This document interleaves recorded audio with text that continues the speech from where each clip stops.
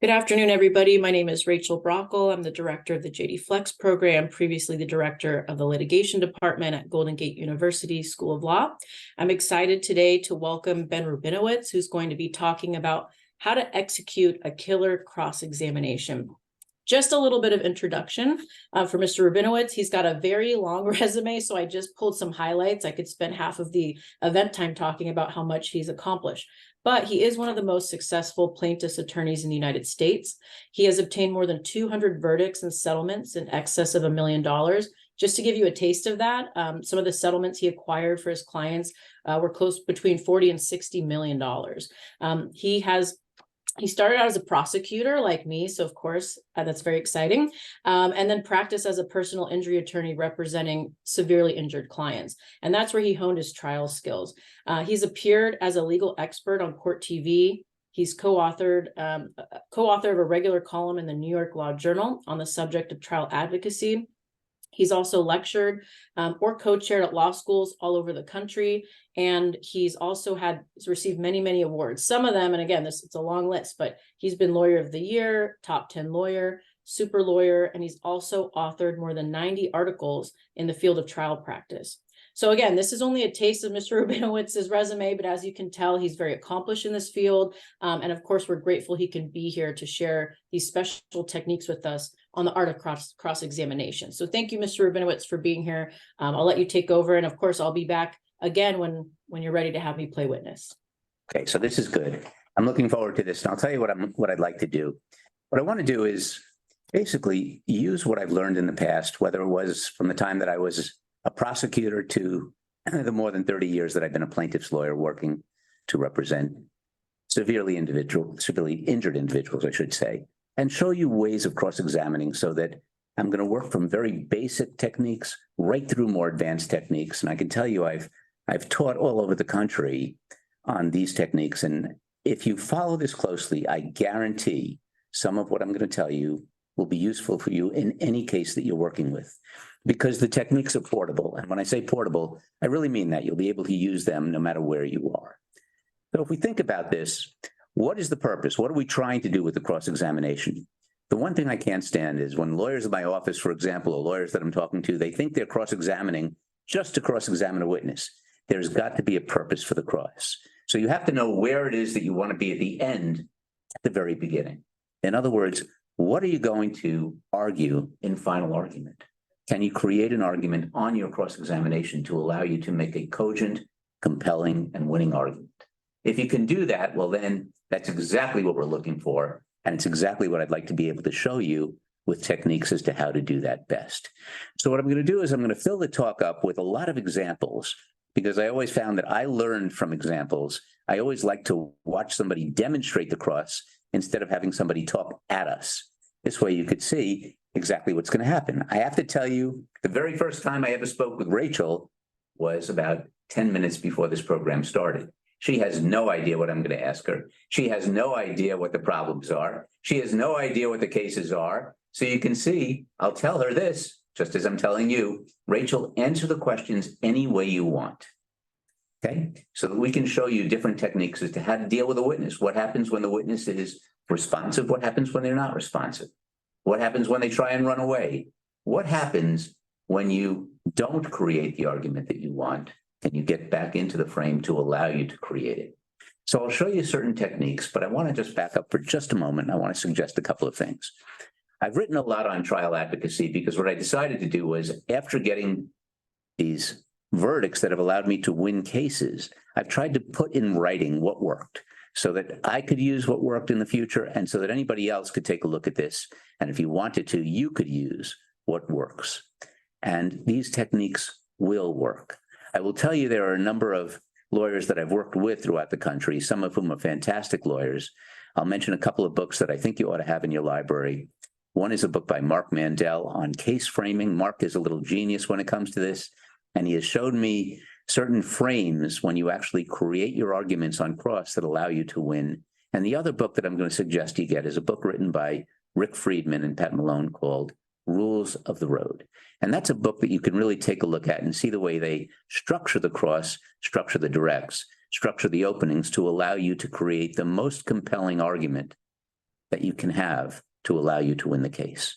So let's start with this. Let's assume, for example, we're dealing with something that I call a basic cross-examination.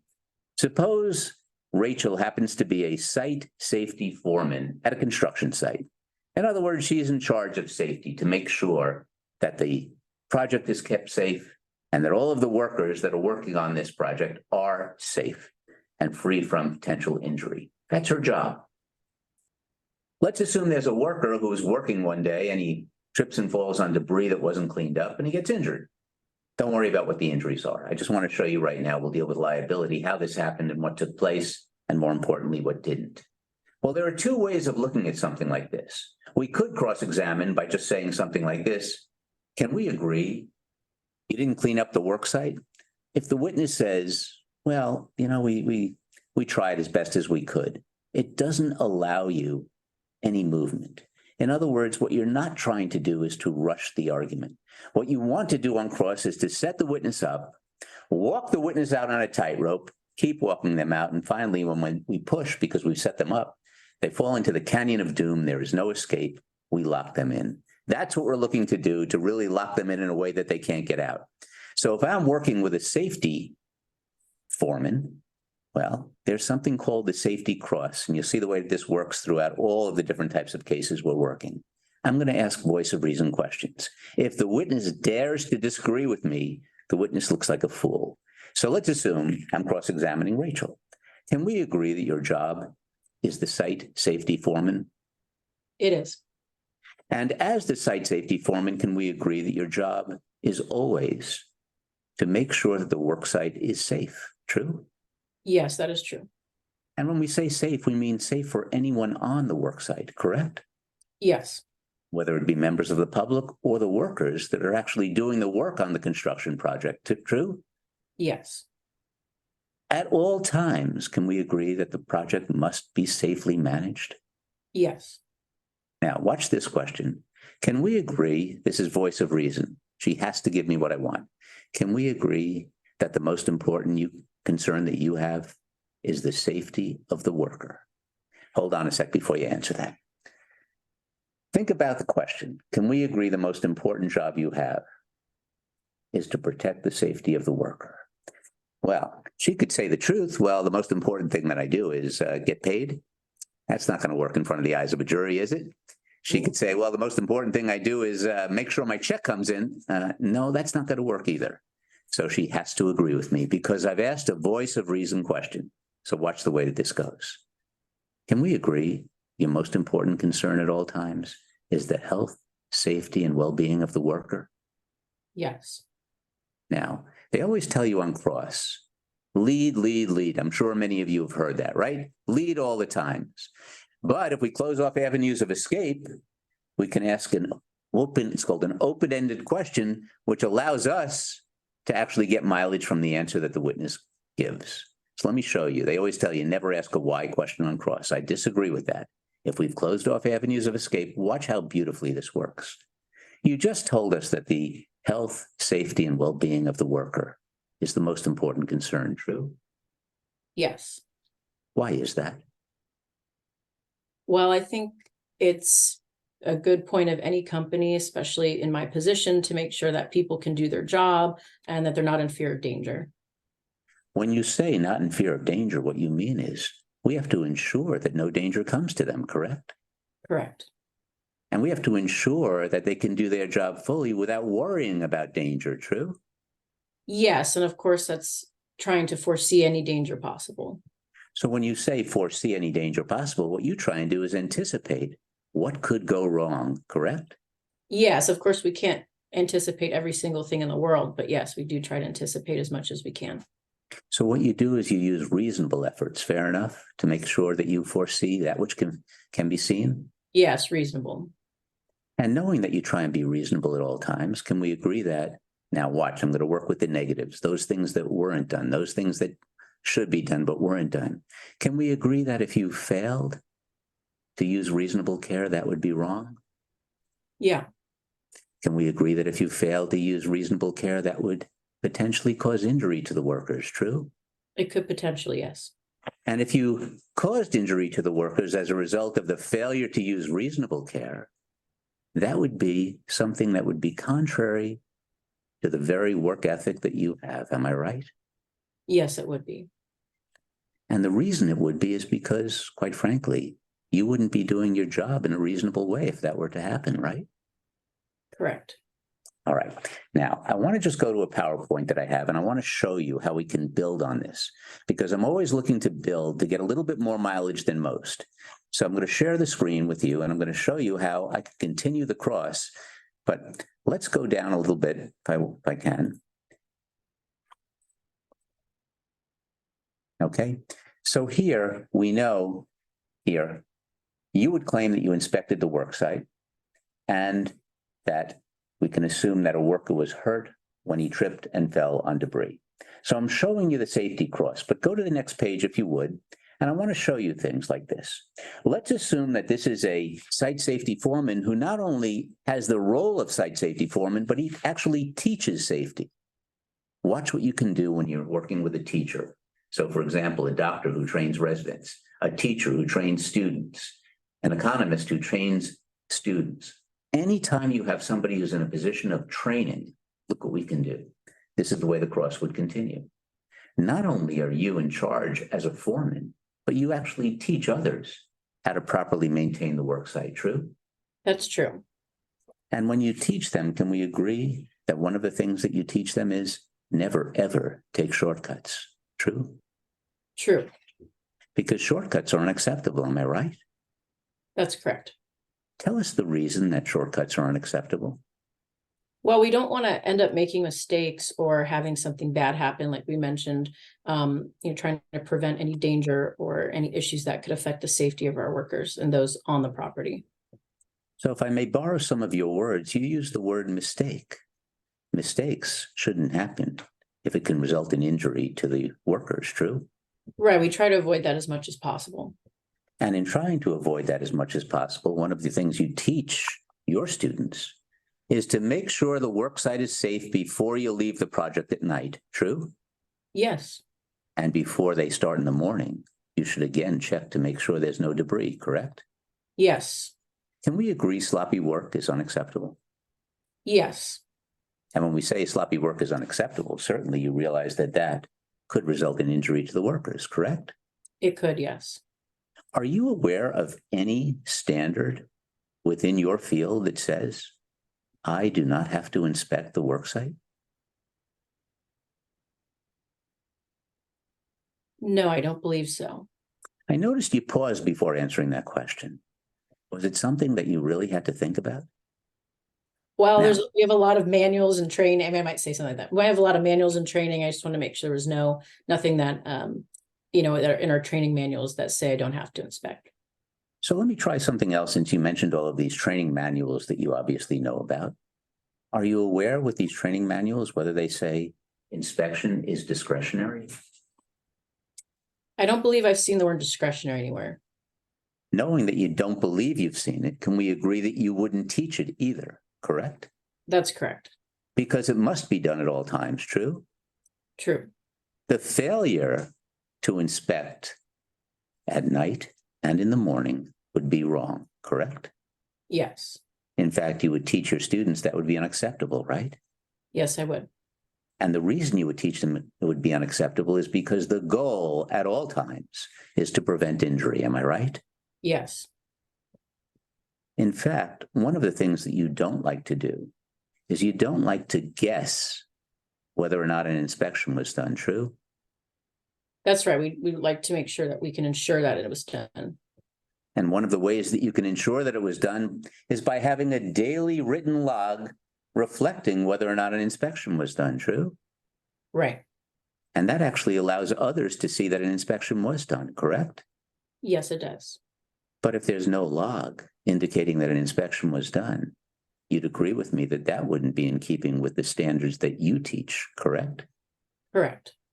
That would be wrong, wouldn't it? It would.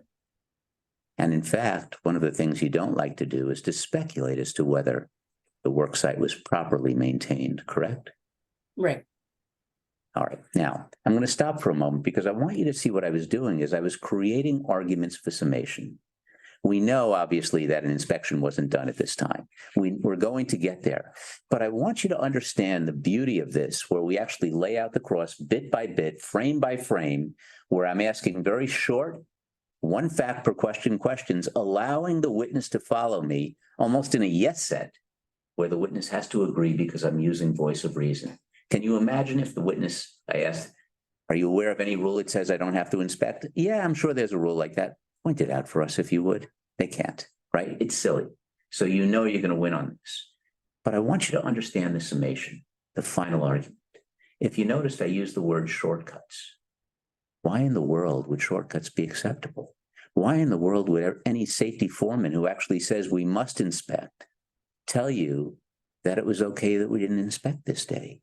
There is no exception. Take a look at the manuals. There's not one exception that says we do not have to inspect. In other words, what I'm doing is I'm using the words from the cross right in the argument, the final argument that I have, and I'm actually reciting what the witness gave me by using voice of reason questions. That's how powerful this is.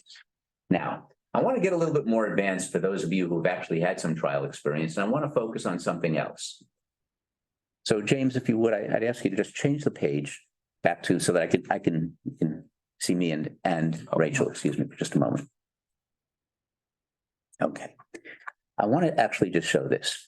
Let's assume I'm going to be cross-examining a doctor. In the cases that I try, personal injury cases, the defense always has an opportunity to have the plaintiff examined by a doctor of their choosing. Usually, if it's, for example, a herniated disc case, a back injury, a soft tissue case, they get to have an orthopedic surgeon examine. Now, with any expert, whether it's an orthopedist, a neurologist, whether it's a radiologist, whether it's an engineer, whether it's an economist, an accountant, it doesn't matter. There are 4 words that I'm going to tell you right now that become important in any cross that you do of any expert at any time. And here are the words. These are something you might want to write down. Full, fair, thorough, and complete. Those 4 words, full, fair, thorough, and complete. If I were to ask a question of the witness, such as this, let's assume it's a doctor who did an examination or an evaluation of a person. Doctor, can we agree you did a full examination? Yes. Can we agree you did a fair examination? Yes. Certainly one that was complete? Yes. And thorough? Yes. That's sort of working up one half of the ladder, full, fair, thorough, and complete. But what most lawyers don't do, 95% of the lawyers don't work with the negatives in coming down the other side of the ladder before continuing. And I want to show you how powerful this is because it really works. Don't forget this.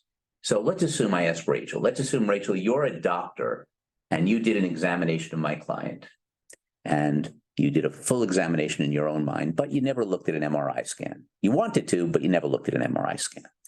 If I ask questions such as this, doctor, and I start off the examination, you never looked at the MRI scan, the doctor might say to me, it was unnecessary. I did a clinical evaluation. I had enough information to reach an opinion. Instead of doing that, set the witness up. Set the witness up and knock the witness down. Remember, we're walking the witness out on a tightrope, and eventually we're going to push, and that witness is going to fall into the canyon of doom. That's what we're looking to do. And we're looking to do it in a powerful way where we can get a lot of mileage from this. So, Rachel, be the witness. Doctor, can we agree you evaluated my client? Yes, I did. When you evaluated my client, can we agree you did a full examination of my client? Yes. We agree it was a fair evaluation? Yes, I believe so. In fact, it was one that was thorough, true? Yes. It was complete, wasn't it? Yes, minus one thing I didn't look at, even though I wanted to. All right, we'll get there. But at any rate, we could agree that in doing this full examination, we can agree you were able to render a complete evaluation, in your opinion, true? Yes, that's true. All right. To the extent you didn't do a full examination, can we agree that would be improper? It would, yes. To the extent you didn't do a fair evaluation, that wouldn't be in keeping with your own standards, am I right? True. That's why we know if you do an evaluation, it was complete, right? Yes, I try my best. Otherwise, don't do it at all, true? Or try to fix it if you can. And if you can't, do you render the opinion anyway? It's not recommended, no. The reason you say it's not recommended is because you've been teaching over the years, haven't you? That's true. All right, so now I'll just go to an exhibit. I'll just show you the exhibit. It's the same thing we've been talking about. Okay, if you just go to the PowerPoint for just a moment, and I'll show you how this works, because I want you to see what goes on. And these are right out of cases that I've actually had.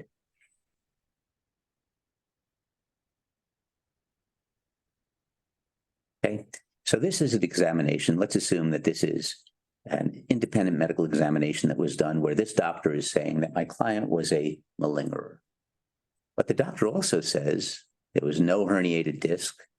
Basically, the client's faking it, but I'd like the opportunity to review the MRI scan. So we know the doctor did not review the MRI scans. Okay, the doctor signed it. That's it. So let's assume that Rachel is this doctor, and I'm cross-examining and I'm continuing. All right. Doctor, one of the things that you do is you teach at University Hospital, don't you? Yes, that's true.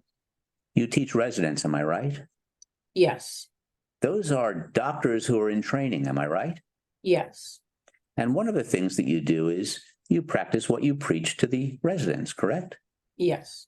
So you tell them, gather information before ever rendering a diagnosis, correct? Yes, I do. And you tell them to gather the information so that they understand fully what has happened before reaching a diagnosis, true? Yes, as much information as they can. Of course, sometimes you don't need every absolute piece of information that's out there to make a conclusion. So one of the things that you do, if I can rephrase your answer and tell me if this is correct, you try your best to get information before reaching a diagnosis, true? Yes, as much as we can. Notice I don't have to argue with the witness. I can just continue my cross and take the words that she's used, turn them, work them in your favor. Watch how beautifully this works. And in fact, what you do is you tell the residents, I expect you to do a full evaluation, true? Yes. You expect them to do a fair evaluation, am I right? Yes. You expect them to be complete in the work that they do, true? True. And in fact, you expect them not to take shortcuts, right? Right. Then you tell them, for example, let's find out whether or not radiographic studies were conducted, true? Yes. So what you do with your residents when you're teaching them and they're evaluating a patient who's counting on them, you tell them, find out if there were radiographic studies, right? Right. Such as x-rays, correct? Correct. Or MRI scans, am I right? Yes. These MRI scans allow you to see things that the naked eye can't see, true? True. And that's why you want your residents to actually find out whether MRI scans were taken, am I right? Yes. But then you do something a little more unusual than what other doctors do, don't you, doctor? And specifically what I'm asking is this. You tell your residents, find out if the MRI scans were taken, but don't ever look at them before rendering your diagnosis, right? No, I mean, we'd like to have the MRIs. We don't always have them right away. So for this case, for example, I was able to come to a conclusion based on my knowledge and experience and training, but I wanted to see the MRIs just to further corroborate my findings. Can you see inside the spinal canal with your eyes? No, no person can. Do you tell your residents it's okay to ignore MRI findings? No, we try to have them get them if they're available to them. In fact, don't you tell them when it comes to your patients? I don't ever want to hear that there are MRI scans, but you didn't look at them, true?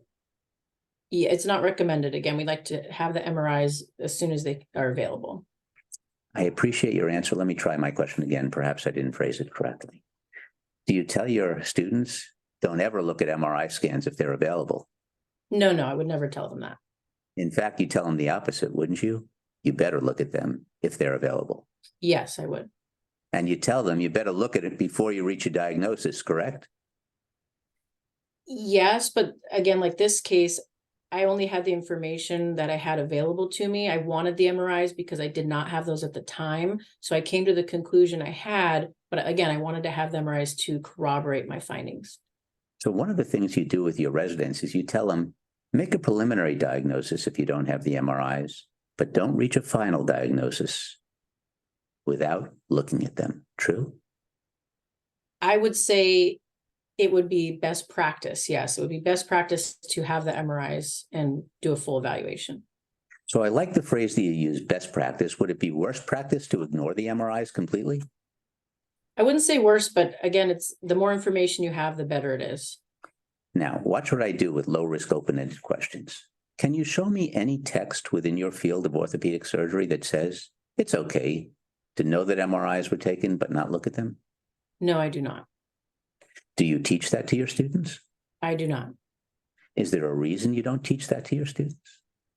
Again, not best practice. We're trying to have them work with as much information as they have. Tight timeframes might change that, like this case. So in fact, one of the things that you do is you like to review all of the information before rendering a diagnosis, true? Yes, that is my Goal. typical goal. Yes, my typical goal. So here you wanted to see the MRIs, right? Yes, I requested them. Did anyone force you render your opinion without looking at them? Not forced, but I was asked for an opinion. And so I provided it, knowing that if there were MRIs, I would like to review those. Isn't it true, doctor, that the reason you rendered this report without ever looking at those MRI scans was for one and only one reason? You wanted to be paid, correct? That's part of it. So knowing that you wanted to be paid, you took a shortcut, didn't you? I don't know if I would call it a shortcut. I would just say that I was asked to give an opinion and I was told there was MRIs and I requested those so that I could provide further information in my opinion. To this day, you've never seen the MRIs, have you? No, I have not. Is that what you would expect of your residents? No, I would want them to have all the information that they could have. So we can agree you did not have all the information that you could have, true? We can agree on that, yes. All right, now I want to show you something else. And this is something that I teach really advanced lawyers. But there are ethical standards in every field, just like there are ethical standards for attorneys. So for example, you've all heard of the ABA Code of Ethics and the State Code of Ethics. For those of you who are taking the bar, you even have to take a bar exam on these things. So I want you to recognize this. If there are standards, and there are standards for every single discipline out there, whether it's a college professor, whether it's a doctor in orthopedics, a doctor in urology, a doctor in radiology, an engineering student, they all have ethical standards. But you know what these ethical standards often show? And I just wrote an article about this. They actually show that those who are rendering opinions in court have to review, and I'm quoting this, all relevant records before ever rendering an opinion. So I'll ask James, who's with me right here. James, if you would you just show them the AAOS standards? And I'll show you this just so you could see the way we could work this into a cross-examination. So I just set myself up is what you're saying. You sure did, but you didn't even know it, so I'll show you. No, I didn't. I didn't know if, and I was a doctor, I should have known. Okay, so this is actually from the AAOS. You can't read it, but that's okay. I'm going to show you what it is because I have it blown up. AAOS is the American Association of Orthopedic Surgeons, and they actually have standards, ethical standards. So James, go to the next page if you would, and I'll show you this. This is what it says. I will conduct a thorough, fair, and impartial review of the facts and medical care provided, not excluding any relevant information. And then go to the next one, please. An orthopedic surgeon who provides oral or written medical testimony, look what it says, shall seek and review all pertinent medical records before rendering any opinion. Now look what we can do. Doctor, can we agree one of the things you teach your residents is certainly medical ethics, true? Yes. You consider yourself ethical, don't you? Yes, I do. In fact, you follow the ethical standards of your own association, true? Yes, I try my best. You would never deliberately ignore those ethical standards, would you? No, I would not. There's no way out. This is what I'm trying to show you. So in fact, doctor, if we take a look at your own ethical standards, and I have it up on the board so that everybody can see this right now, it says an orthopedic surgeon who provides oral or written medical testimony shall seek and review all pertinent medical records. Do you see that? Yes, I do. Have I read that correctly? You have. Is that a standard that you're aware of? Yes, I am aware of it now. Do you expect your students to be aware of that? Yes, I do. Do you expect your residents to be aware of that? Yes. And then it continues, and tell me if I've read this correctly. It says, including relevant prior depositions, all of these documents, before rendering any statement or opinion. Do you see that? Yes, I do. Did I read it correctly? You did. Are you aware of that standard? I am.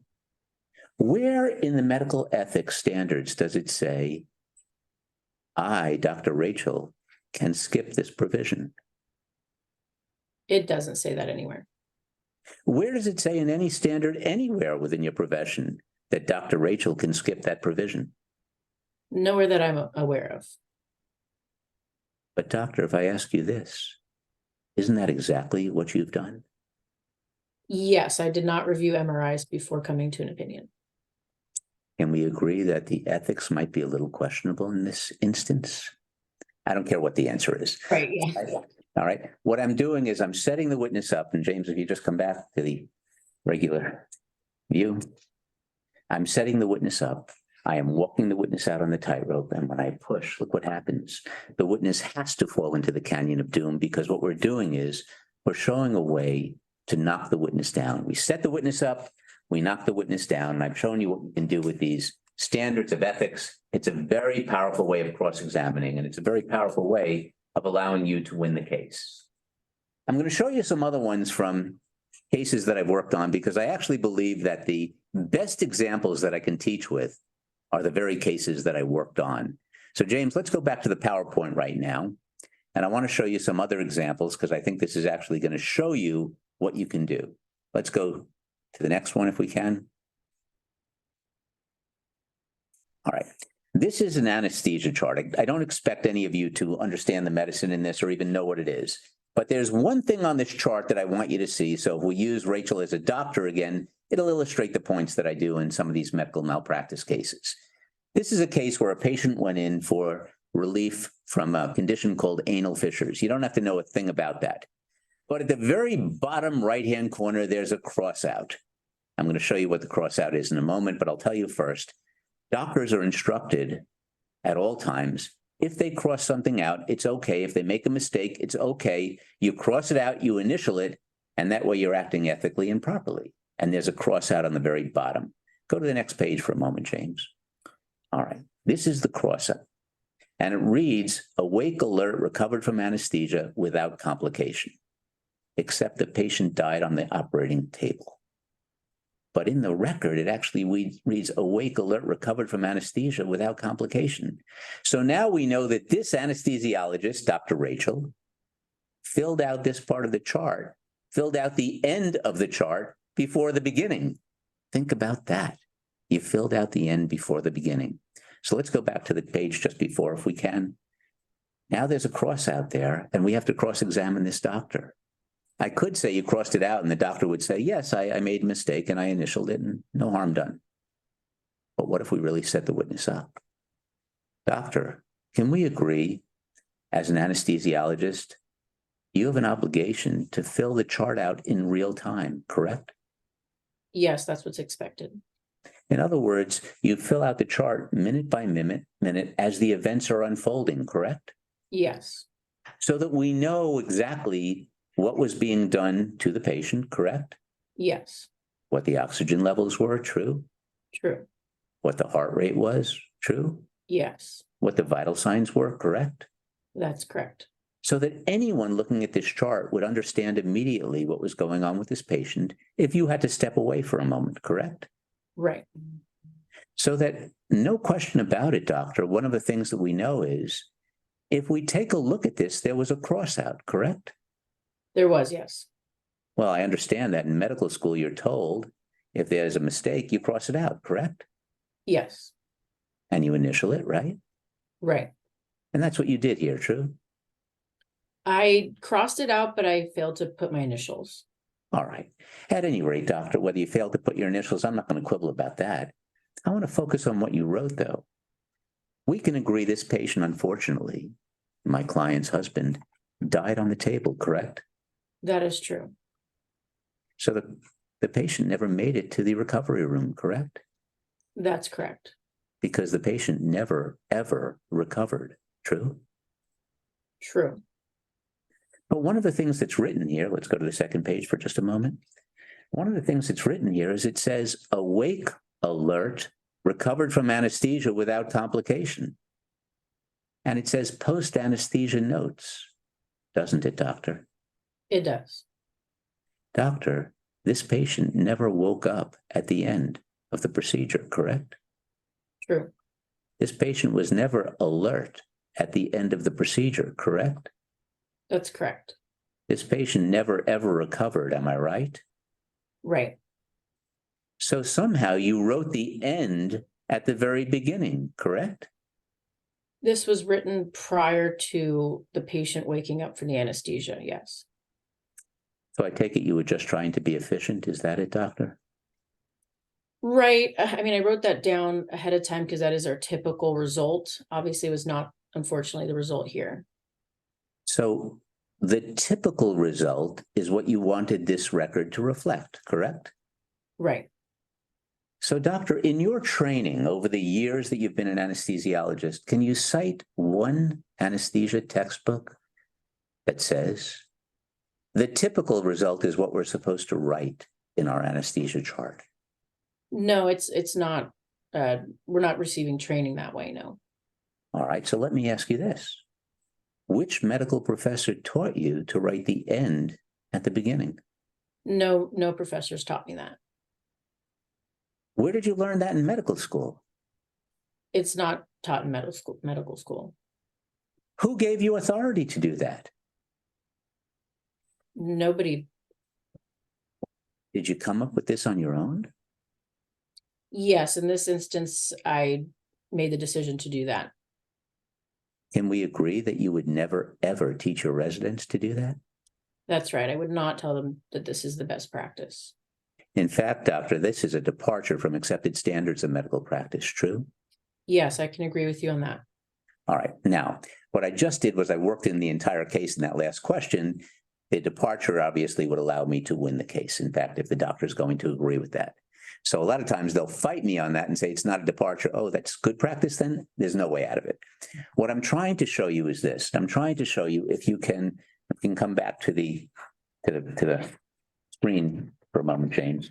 I'm trying to show you if you do this in a way which allows us to create the argument for summation, look at how powerful it is. Here, this is a doctor. I ask a question point blank. You teach residents? Yes. You practice what you preach? Yes. But in fact, you know, at this point in time, it's not best practices. If anything, it's worst practices. What is my goal in this case? If you think about it, this might just be a few words, but my goal is to actually show that the integrity of the entire chart should not be believed. There is no integrity in this chart. What I'm trying to show is that, in fact, what this doctor has done is so wrong that if we actually allow this doctor to continue practicing, it would be wrong. Now, I'll tell you an interesting story on this. I had actually done this at trial, and then I had the opportunity to lecture before a group of doctors at the Mayo Clinic. They'd asked me to come speak to them on medical malpractice. Following me as a speaker was a medical ethicist from the University of Pennsylvania, and she heard me do this cross in this example, a very similar one that I had just done with Rachel. And sure enough, she actually said to the group, I want you to know what Mr. Rubinowitz just did. That's not negligence. That's criminal conduct for a doctor to do that. And I was thinking, no. I don't want to put doctors in jail. That's not my goal. We're just focused on the negligence here. And that's really what I was trying to show by writing something that didn't happen. Look at how powerful that is. So if we go to the frames, James, go back to the PowerPoint for just a minute. And I'll show you some of the frames that we can use for closing argument. Okay. All we're saying is this: doctor, do your job. Speed kills, right? If we're saying you want to do things reasonably, but here you took shortcuts because you were trying to be efficient, really what you were doing is you were speeding up the process. Honesty versus dishonesty, think about that. Integrity guesswork medicine. These are all things that I want to use in my closing argument. So what I want to be able to do is I want to be able to structure this in a way where I can powerfully make an argument to show the jury that what happened here never, ever should have happened. But I set it up on my cross-examination and I can knock the witness down with that. All right, let's go to the next. All right. If we take a look at this, the medical chart represents something that never happened. On cross-examination, we want to point this out, but on closing argument, we want to ask the rhetorical question, how could that be? How could the doctor have written down something that never, ever happened? And what I'm trying to do is to get the jurors so angry at the conduct underlying this doctor's reporting that, in fact, not only will they vote for me, but for the work that I do, I'm looking for the jurors to actually compensate accordingly. So you could see it's the punitive aspect of the compensatory case. We punish somebody if they're going to actually do something where the conduct is so wrong. If you notice, I'm taking it step by step to build up the power of the final argument through my cross-examination, allowing me to make the most cogent, compelling, and winning argument that I possibly can. All right, let's go through a couple more examples and I'll show you how this works, because I think the examples are something that's really powerful. All right. One of the things that's happened in the cases that I work on, and I'm just using some medical malpractice, it could be anything, but doctors now have electronic medical records, just like you see with ChatGPT and all of these other things. You feed something in, it spits it right out. Well, with doctors, they actually have a reason for using electronic medical records. In the past, other doctors couldn't read doctors' handwriting. It was sloppy. It was known, something like this. So they now say that, well, the reason we use electronic medical records is for patient safety. Everybody could see it. It's printed out. We can eliminate mistakes due to sloppy handwriting. All right. But what happens now? A lot of times an operative report might be a template, a complete template from what is supposed to be done instead of what actually happened. So let's go to the next slide, James, if you will. All right. So this is a case that I had worked on. It involves a woman who is undergoing a kidney transplant. And just go to the next page, if you will. I'm just showing you what happened. On this woman, it actually says, while the doctor was doing this, he used a template, and it actually reads, the spermatocord was dissected from the surrounding structures. Guess what?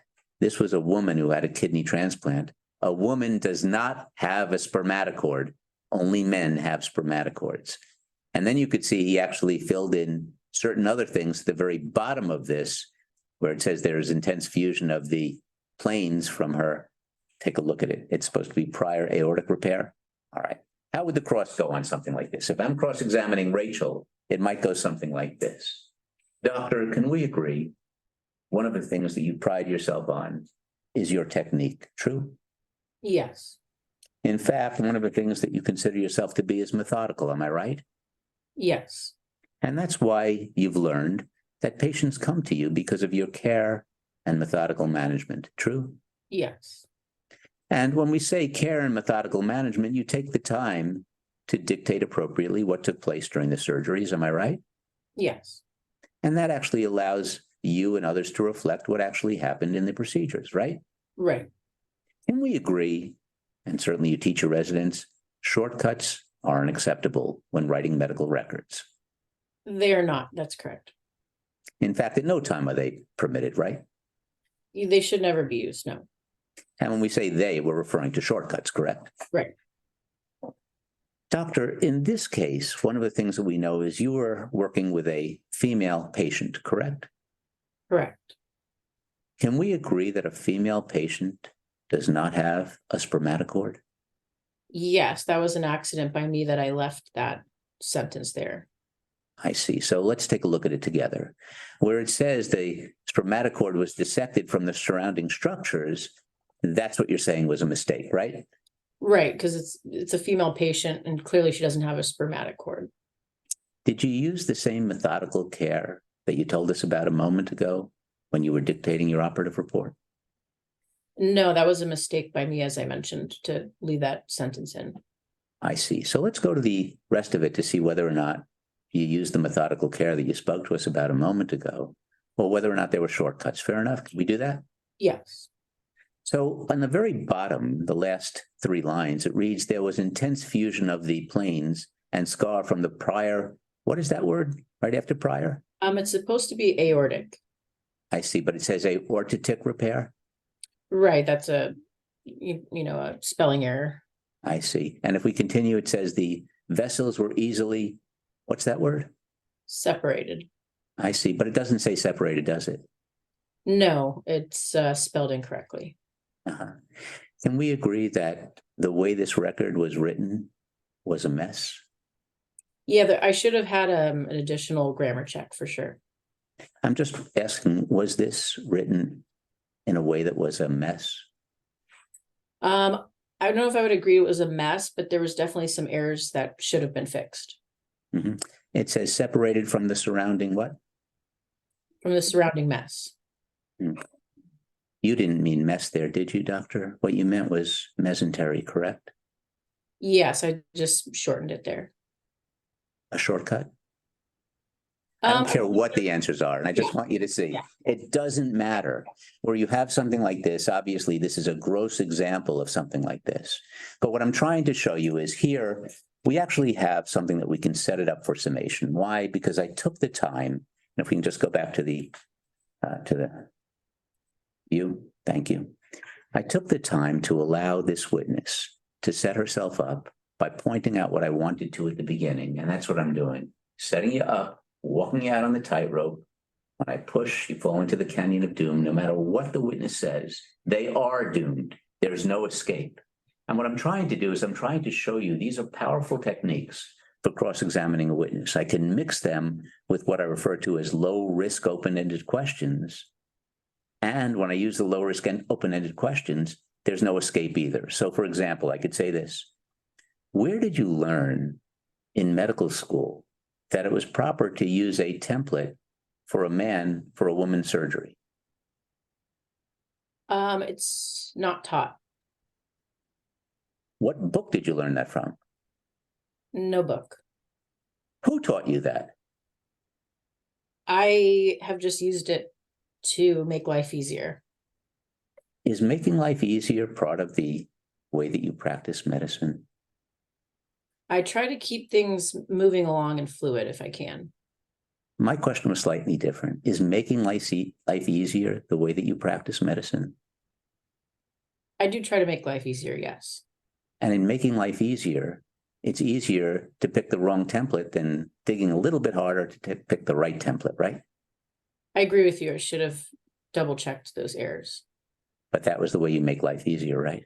In other words, I'm using your words. Yeah. I don't care what the answers are. It doesn't matter at this point. Right. You can see I'm willing to listen to the answer, which is the most important thing you can do on cross-examination. Listen to the answer, take it, and run with it. There's no escape, and that's what I'm trying to show you. We can actually demolish the witness by doing this properly. All right, let's move forward if we can on the PowerPoint.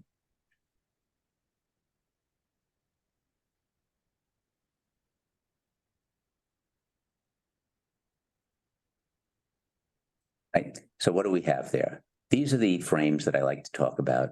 Obviously, we're working with cut and paste medicine. Once again, speed kills. Here you have a doctor who's too lazy to even pick the right template. And all we're saying, for goodness sakes, you can imagine the way the cross-examination is going to lead to the final argument. All we're saying is do your job. If you do your job properly, we don't have to worry about this. All right. So let's go back to the screen for just a moment, if we can.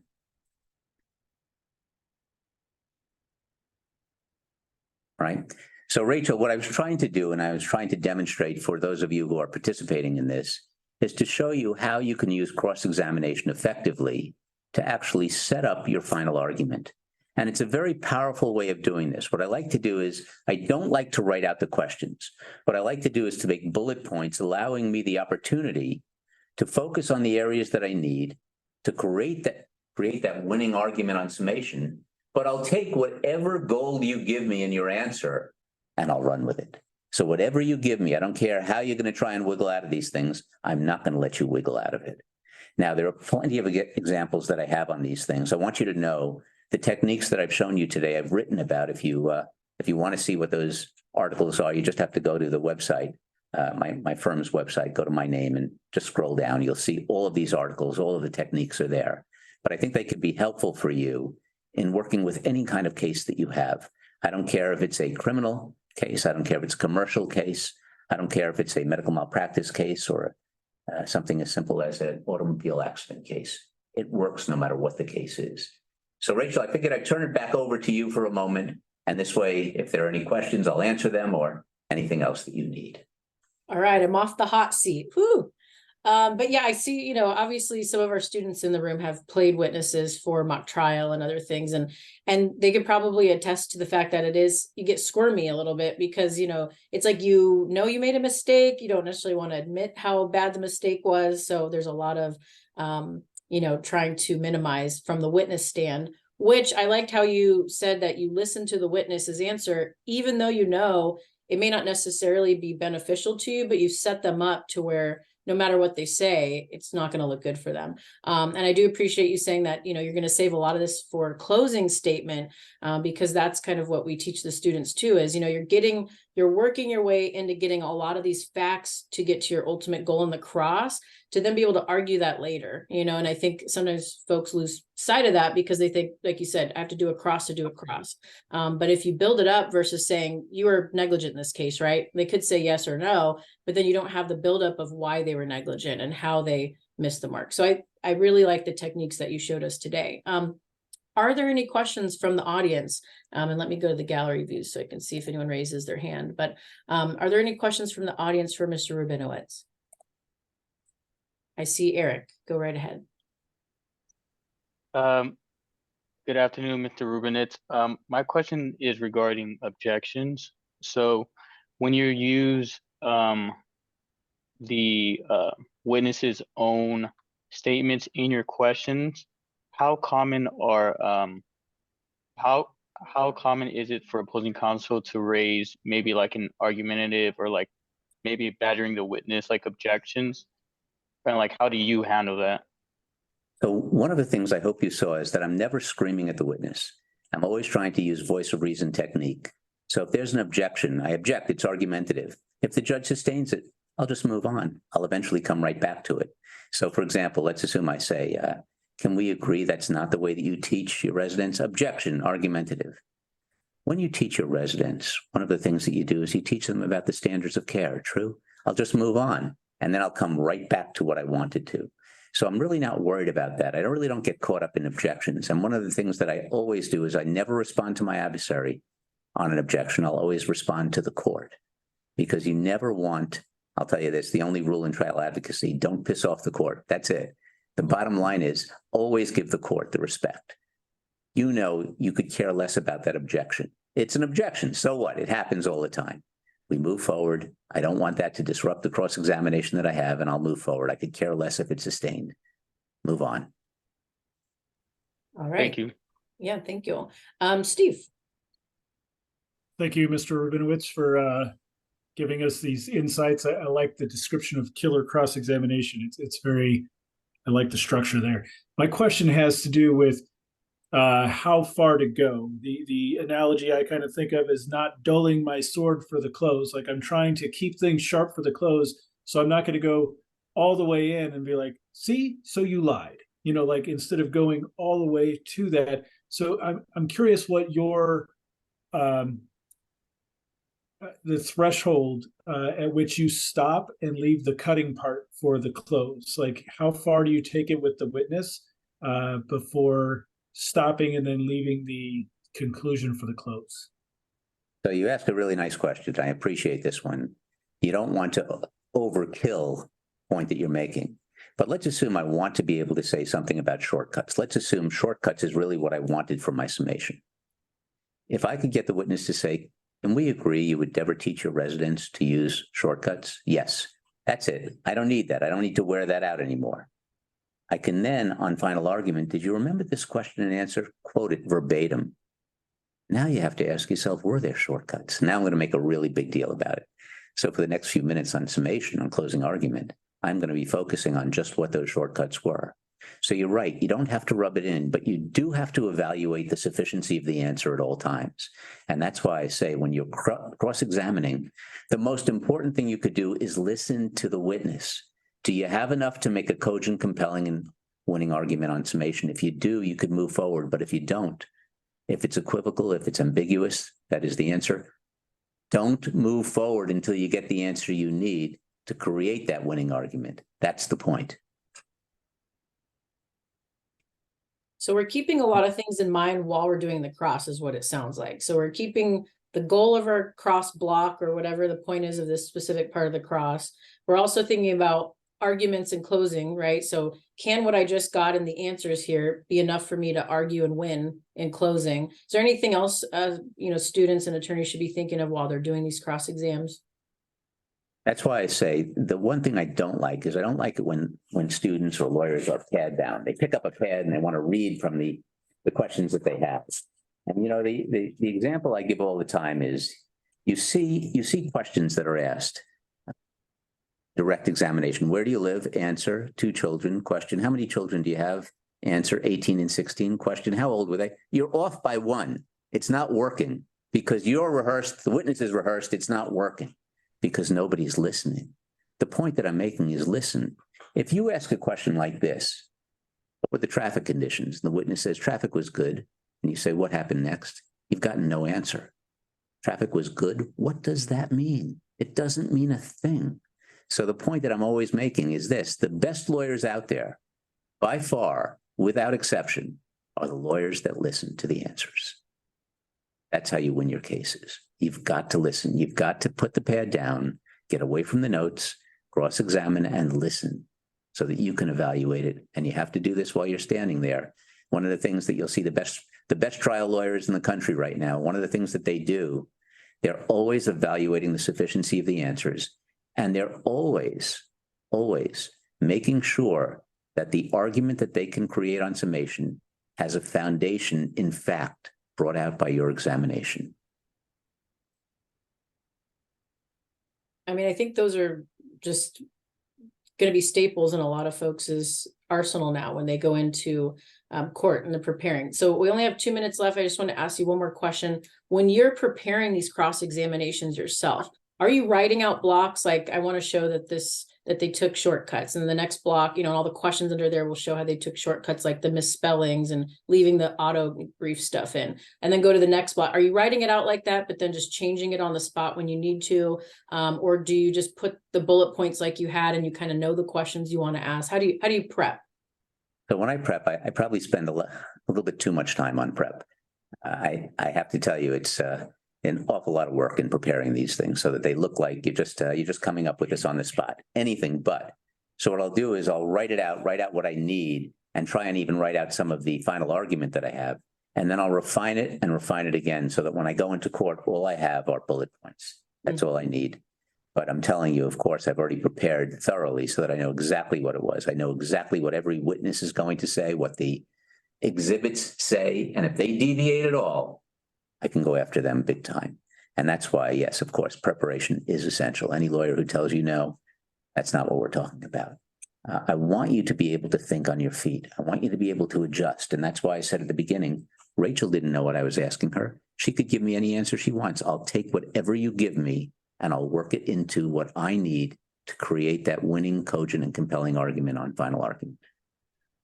And I'm sure you would say it takes time to get to the point that you're at, obviously, right?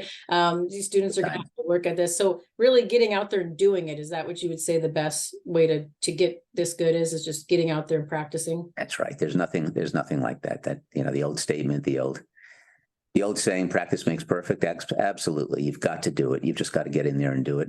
And I can suggest this. Look, I've been teaching at the National Institute for Trial Advocacy for years. I teach at Trial Lawyers University. I teach a course called Drills at the National Institute for Trial Advocacy. Yes, what you do is you're trying to find ways to get yourself the experience that you need in a relatively short time. That's why, for example, a prosecutor's office was invaluable to me, where you get to try cases even before you're admitted as a lawyer. They gave you special permission to try cases.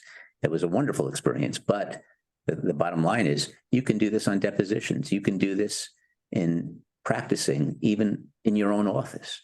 take the time to go through it. Take the time to make sure that you have your arguments down before you ever set foot in court. Okay, sounds great. Well, we're right at the 1 o'clock hour. So if there's any final thoughts you have, let us know. Otherwise, we've been really great and very interesting presentation. I see there's some thank yous in the messages as well here. Well, it's a pleasure working with you, and I do want to wish all of you the best of luck. If I could ever be of help to you, you know where to get me. It's I'm just a a click away on the website. Be happy to help out at any time. Thank you for inviting me. Okay, thank you, Mr. Rubinowitz. It's been a pleasure having all of you. Thank you for attending, and we will definitely send this recording out for those who are unable to make it. So thank you so much, and have a good rest of the week. Thank you so much. Thanks, bye.